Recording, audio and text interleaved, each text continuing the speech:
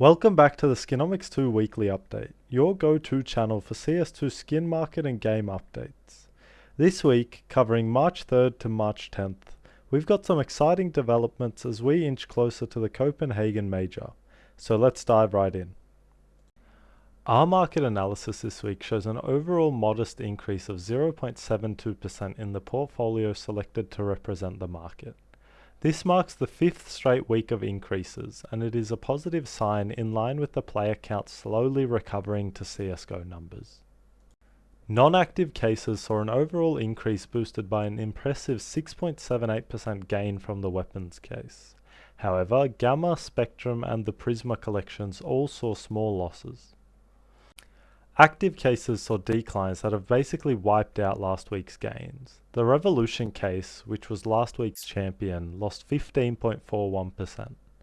The new Kilowatt case also dropped by 12.8%. Knives and gloves had a quieter week, with the knocked gloves being an exception, seeing a rise of 6.24%. High-tiered weapon skins followed suit to the knives and gloves. There were no major movements in this category.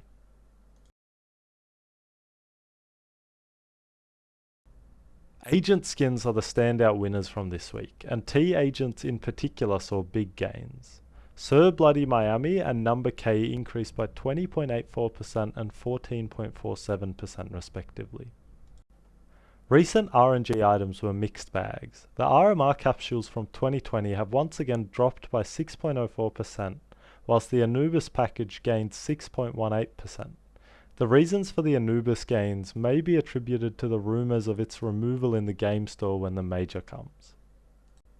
Lastly, the affordable weapons skins category saw mostly increases of over 5%, with the exception of the AK-47 Iced Cold skin, which dropped by 3.33%. Moving on to game updates, there was one minor update this week on the 8th of March that fixed a threading bug, which according to Reddit comments was able to fix the frame rate spikes for many that are using AMD CPUs. We note that there is a continued community outcry for better anti-cheat, and this will be an important area for Valve to acknowledge if they want the community to remain healthy. As there were no significant game updates, there were also no updates to skins. However, the community is abuzz with predictions for the Copenhagen Major stickers and pick'ems, expected to drop on Tuesday. Feel free to comment down below your picks for the upcoming pick'em. Godspeed for Diamond to all our viewers. In tournament news this week, there were two main highlights. The last RMR to the Copenhagen Major has concluded, which was the Americas RMR. There is a key upset in the knockout of Liquid, which many have felt was unfair on the team. The team only lost against Furia and Complexity, which are clear number 1 and 2s from the continent, in a format which sees 5 spots available. The reason for this was seeding, as Liquid is a new lineup. However, this has still led many to question the fairness of Valve's matchups. All the teams to make the major are shown on screen now. Next we move on to the Blast Spring Showdown, which, again, sees upsets in the first few matches.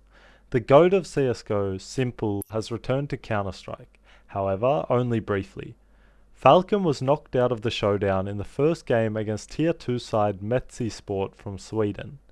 The future for him is currently under question, as his loan to Falcons is only for another month, and this is the only event to feature within that time. In the showdown, we also saw Saw knock out both Liquid and Cloud9.